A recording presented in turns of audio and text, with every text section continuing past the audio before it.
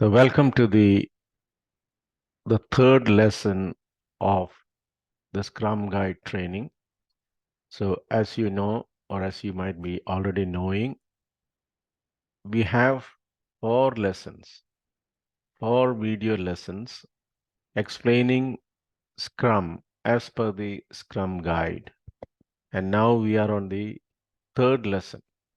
So if you have not completed the first and second lessons, I request you to go back to those 2 lessons, complete them, and then get into the lesson number 3.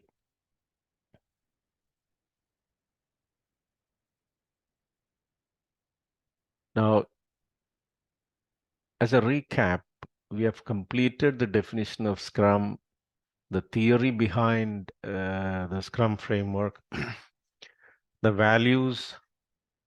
Let me use the pen. We completed the definition of Scrum. We discussed about the theory part. We discussed about the values, because without a value-based environment, the Scrum cannot yield its full potential result. We also discussed about team. We said basically Scrum has only 3 types of members. The first one is the product owner, then we have the Scrum Master, and then we have the developers. So it is a self-organizing team, and when we say developers, it is they can comprise of different people with different skill sets. So that's how it is organized. Now, in this session, let us discuss about the events that happen within the Scrum framework. The first event is the sprint planning meeting. So the product owner prioritizes the product backlog, and he identifies a set of features that need to be developed during the next sprint. And that is an input for the sprint planning meeting. And sprint planning meeting is attended by the product owner, Scrum Master, and the development team, the full team. And if you want to invite additional parties like consultants or experts from other teams, you are welcome to do so. And they get into a sprint planning meeting, which runs for approximately 7 hours for a 30-day sprint. And if the sprint duration is lesser than 30 days, sometimes the sprint planning meeting duration also can reduce. But from my experience, what I've seen is you can never conduct a proper sprint planning meeting in less than 5 hours. Even if your sprint duration is 15 days, you will still spend approximately 5 hours for the sprint planning meeting. So any sprint planning meeting which is compressed lesser than 5 hours, the chances are that it can become very inefficient.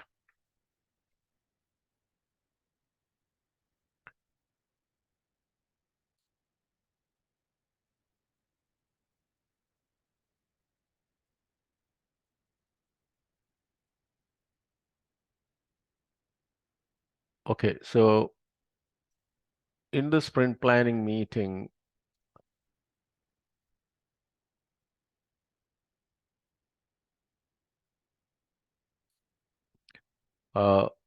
during the sprint planning meeting, these are the things that really happens. You lays out the work to be performed.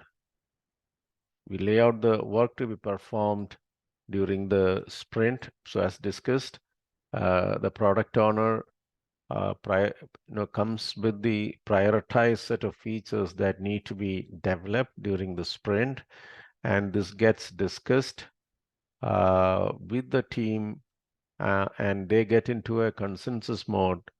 So maybe if it is a 7 hours meeting, in the first 3 to 3.5 hours, the discussions goes on around the priorities given by the product owner. Then the team agrees. The team and the product owner and the scrum master gets into an agreement on what all things they can really do during the sprint. That's why we are calling it as a collaborative planning by the team. Because sometimes what happens is the product owner will propose some features which cannot be technically developed because they have dependencies on other features and stuff like that, or the amount of work involved is very high, or the team doesn't have the skill set to do it. In such cases, we may have to reprioritize. Uh, so it's a collaborative planning. The product owner proposes, the team analyzes it further, and collectively they decide how much work or what work they can confidently complete during the upcoming sprint. Uh, the output of the sprint planning meeting is the sprint backlog, which comprises of the sprint goal. This is very important. Having a goal for the sprint is very important. Uh, for example, at the end of the sprint, we want to complete uh, the payments features. That means whatever we do during the sprint, it will be focused on payments only. So at the end of the sprint, we can show something tangible and the product can meaningfully increment it. Otherwise, what happens is you have a set of discrete work, you package it together and then do a lot of things uh, which are which doesn't collectively deliver any value to the customer. That's where the value of the sprint goal is coming. So during the sprint, whatever we do that is focused on delivering this particular value to the client. So that is where the sprint goal becomes very important. Then they discuss about what can be done in the sprint, how will the chosen work get done during the sprint. They decompose the product backlog into smaller pieces of work. So one interesting factor here is uh, the Scrum guide doesn't propose any particular mechanism for breaking the work into smaller things. So generally people use user stories. Uh, so we have the product backlog elements which gets decomposed into features, and features gets decomposed further into stories. That's how it goes in practice. But the Scrum guide, they don't have any particular affinity towards user stories. We can use any other mechanism to do this. So as discussed earlier, the outputs of the sprint planning meeting is the sprint backlog, which contains the sprint goal, prioritized product backlog, which will be developed during the sprint, and a plan for delivering them together. So in Scrum, one of the key aspects of Scrum is the self-organizing team. Now, by and large, so we at the end, the output of the sprint planning meeting in reality is a tracking board, uh, which has basically it has three columns, and talk about to be done, being done and done. And here we put the feature, the story, activities, and the feature to the activities and stuff like that. And this is and the development will happen in this particular sequence. That means that top priority items will be on top, low priority items within the sprint will be below that. So the stage is set. So these are the features to be developed. These are the activities required to build them. And this is the priority for development. So this is the typical plan for delivering them together. We are not worried about a very detailed plan with activity sequencing and critical path, and all those things are not here. Because the total duration of the sprint itself is only 30 days. Within that, everything is top priority.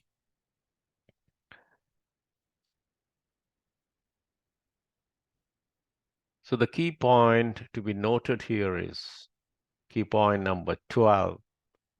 Output of the sprint planning meeting is the sprint goal, a sprint backlog, which comprises of the sprint goal, prioritized product backlog for the sprint, and plan for delivering them together. So this is the output of the sprint planning meeting.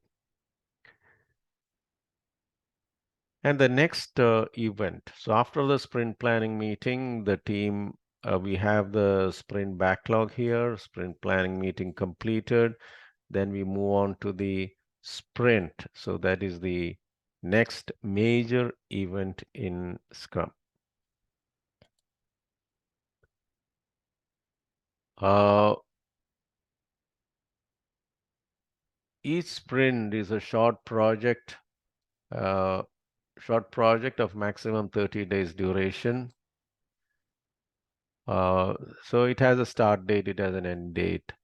And this is the heartbeat of Scrum. So during the sprint plan gets implemented and the product is incremented by that much work. And this is the heartbeat of Scrum.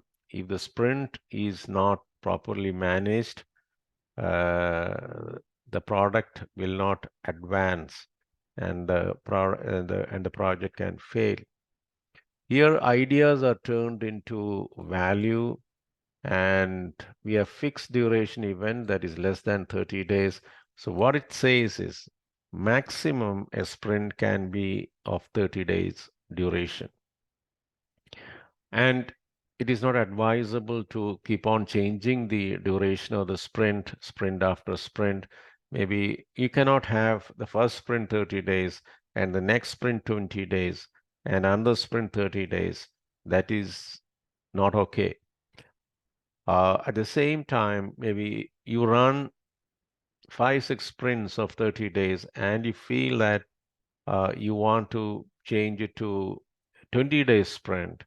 That is okay. And then you run with 20 days sprint for some time till you feel the need for a change in the duration of the sprint. But then random and frequent changes in the sprint duration has very adverse effects on a good Scrum implementation. Generally, what happens is you start with smaller sprints initially because the team is new, the product is new, the technology could be new. So there can be a lot of risk associated. Because of that, what you do is you run with smaller sprints because I don't want to wait for 30 days to see whether it is a success or failure. Maybe I run with fortnightly sprints. That means the team gets approximately 10 days to really put in their effort and increment the product. So every 10 days we can take stock and see whether how we are progressing and stuff like that. But once things stabilizes, then I may move to 30-day sprints. So those kind of revisions are okay. But then one sprint 10 days, another sprint 15 days, another sprint 20 days, another sprint 30 days. That is that is a death of Scrum because that will impact the productivity calculations, typically the velocity calculations and stuff like that. A new sprint starts immediately after the completion of a sprint. So sprint has to go one sprint over, then immediately start the next sprint, then immediately start the next sprint. You cannot complete a sprint, then take a sweet break where you work without Scrum and then come back and another sprint. That is not okay. This is not okay. Whereas this is the sprints must happen uh, sequentially, one after the other. During the sprint, the focus is on the sprint goal. Whatever we do during the sprint, it is related to the sprint goal, and quality does not decrease because we discussed about the definition of done because everybody should have a common understanding of the definition of done so that the quality can be maintained. Each person cannot interpret the definition of done in his or her own ways. The product backlog is refined as needed because during the development also sometimes elaborations may be required. The team may get stuck. Then the product backlog for the sprint gets refined during the sprint as well. Scope may be clarified and renegotiated with the product owner. So during the sprint, if very often the team members may need clarifications from the product owner because of several reasons. So the product owner must be available. He must be open for discussions whenever the team wants it during the sprint, because these things must happen quickly. Otherwise, the sprint will fail.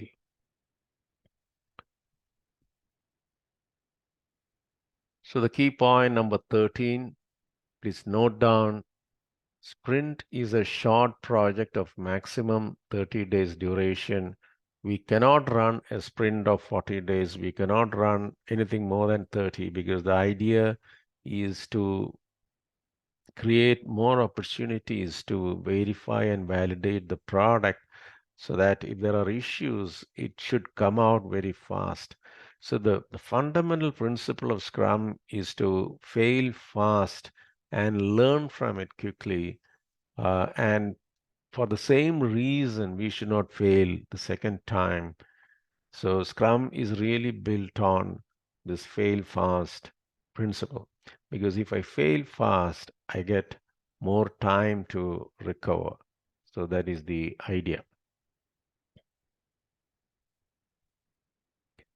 And the next event is the daily Scrum, which is a daily.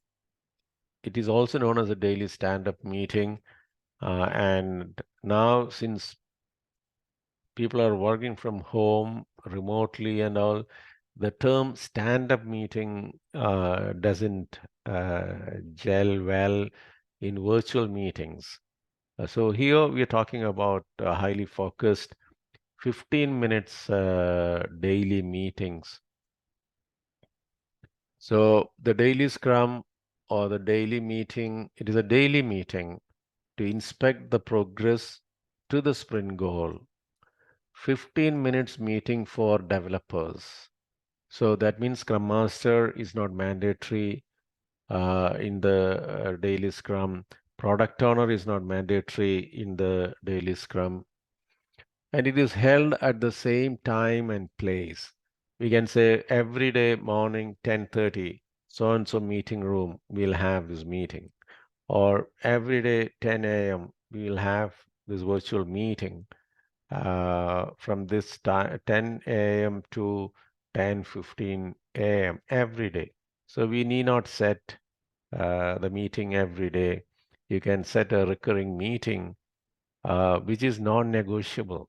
Don't change the timings, don't cancel the meetings, because once you do it, a trend is set.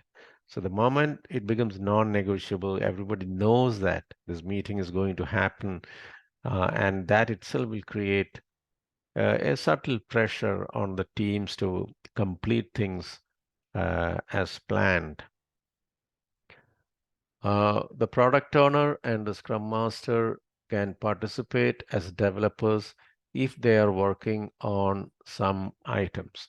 So there is absolutely no problem. A product owner can pick up some task and work which is directly linked to the sprint. Scrum Master also can wear the hat of a developer and contribute to the sprint if he or she has the capability. And in that capacity as a developer, they can participate in the sprint. Otherwise, they can be just observers. They cannot, this is the developers meeting. So they can just go stand there and see what is happening there so that they can be abreast with the current status of the project. The three things discussed here is what did I do, what am I doing, and what are the challenges I am facing. So every team member, now we were talking about an 8-member team. So Scrum teams are generally 10. Out of that, we have a Scrum Master and a product owner. So typically the development team is around 8. And here we are talking about a 15 minutes meeting. So each person may get around 2 minutes to talk, and each person says 3 things to the rest of the team, like what did I do yesterday, or what did I do after the previous stand-up meeting, and what am I planning to do immediately after this stand-up meeting, and what are the challenges I'm facing, and where do I need help. So this is a quick meeting. Everybody says these 3 things. And they are not saying it to the product owner. They are not saying it to the Scrum Master. They are sharing the status to the rest of the development team. Please note down the key point number 14. So daily Scrum is a short 15 minutes meeting of the developers. Other stakeholders can come and witness it without hijacking it. That means they'll also get a current snapshot of the project without disturbing the team, with the developers. And then we have next event in Scrum is the sprint review. That means at the end of the sprint, the entire team gets into a formal sprint review meeting. The objective of the sprint review is to inspect the outcome of the sprint.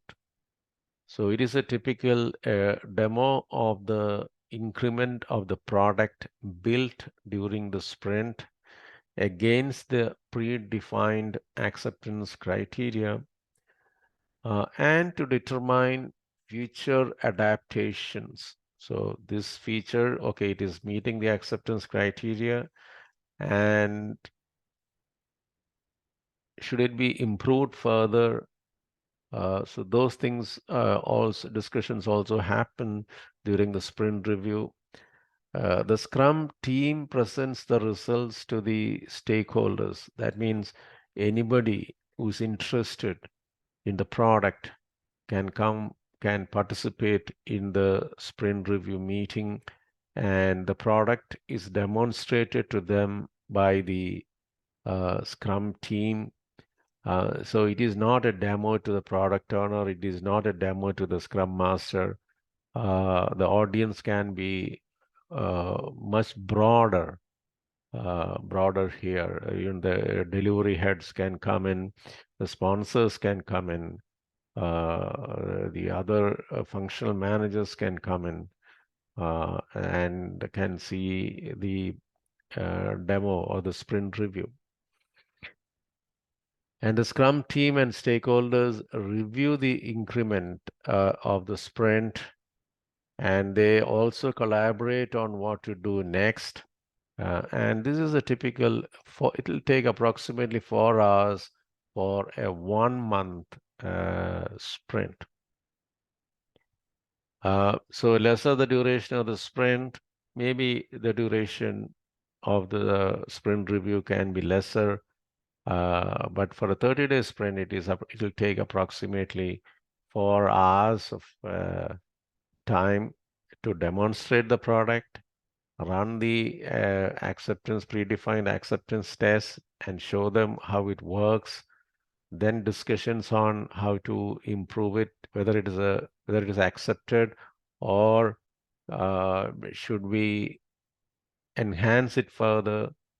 So all those discussions, put together, it will take approximately 4 hours for a 1 month sprint. The key point number 15 here, please note down. The sprint review is a 4 hours meeting to inspect the outcome of the sprint. The sprint review is a 4 hours meeting to inspect the outcome of the sprint. Then we get into the last ceremony, that is the sprint retrospective meeting. The objective of the sprint retrospective is to plan ways to increase quality and effectiveness.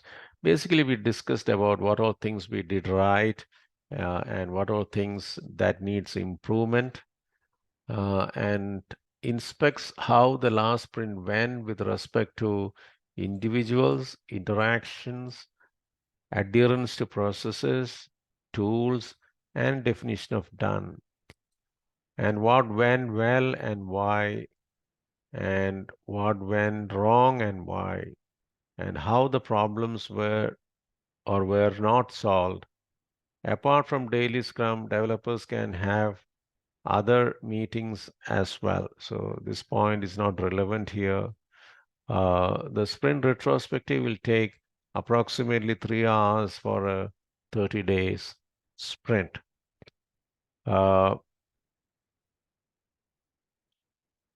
As discussed in the lesson 1 itself, in Scrum, scope is negotiable, resources are negotiable.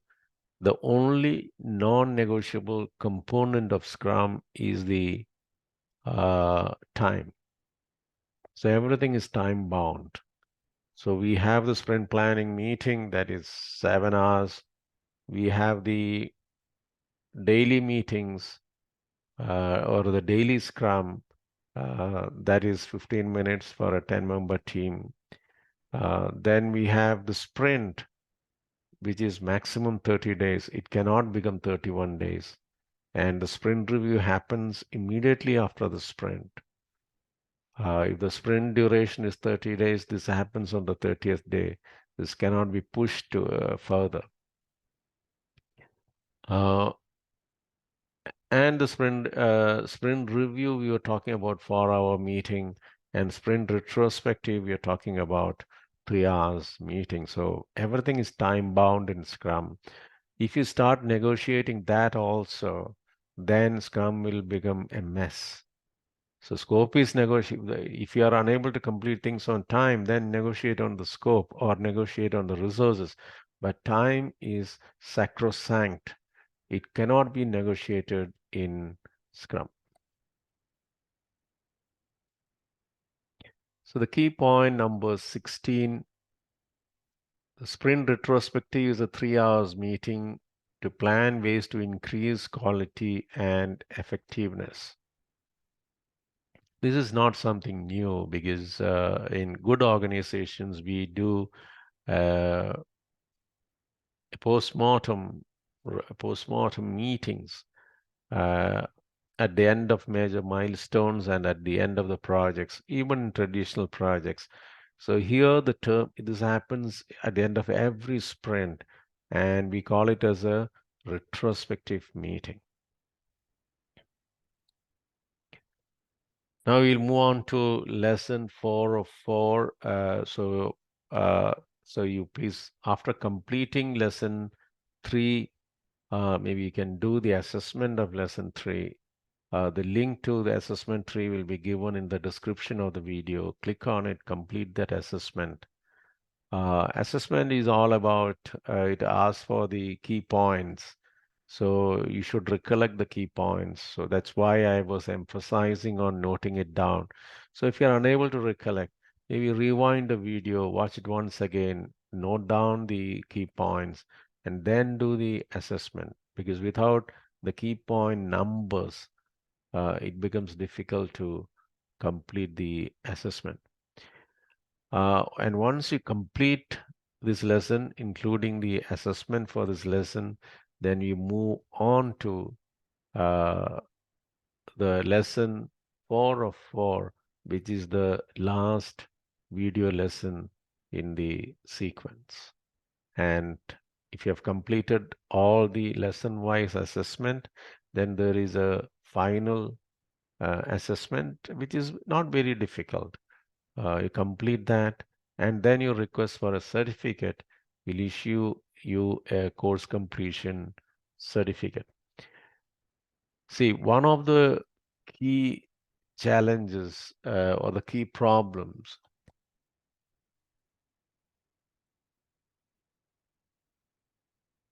One minute. One of the key problems the Scrum teams face is the lack of training. The team starts with Scrum uh, without providing sufficient training to all the team members. I don't know why. Maybe because the training is expensive or whatever. So the main intent of this video lessons is to give an opportunity for Scrum teams to get trained 100%. If the cost is a challenge, don't worry because these lessons are available. You should insist on each and every team member of your team to complete this course as part of their induction into the team so that you will have a common understanding of Scrum. So I urge all Scrum Masters to take initiative and use these video lessons to train all your team members on the basics of Scrum so that the entire team knows how it works. So this is a corrective action from our side to the industry. One of the root causes for improper implementation of Scrum is insufficient training. So in environments where the attrition rates are very high, then training people in physically in a classroom training becomes difficult. So that's why we are launching this as a corrective action for the whole industry, because the main root cause for Scrum failure is the lack of understanding on how Scrum works. So make use of this opportunity and insist that every team member in your organization who are not certified in Scrum to do this certificate, to complete this course and get a certificate, which is given to you absolutely free of cost. And after that, if you want assistance in real implementation, you need a mentor or you need a coach, we are available for that. So training is free. You take, this is the public domain, training is free. No sprint should fail without sufficient training on Scrum to the team members. So that is the intent. So suggest this to every Scrum practitioner in your organization uh, who may benefit from this training, and ultimately your sprints will become more and more successful. Thank you very much for watching.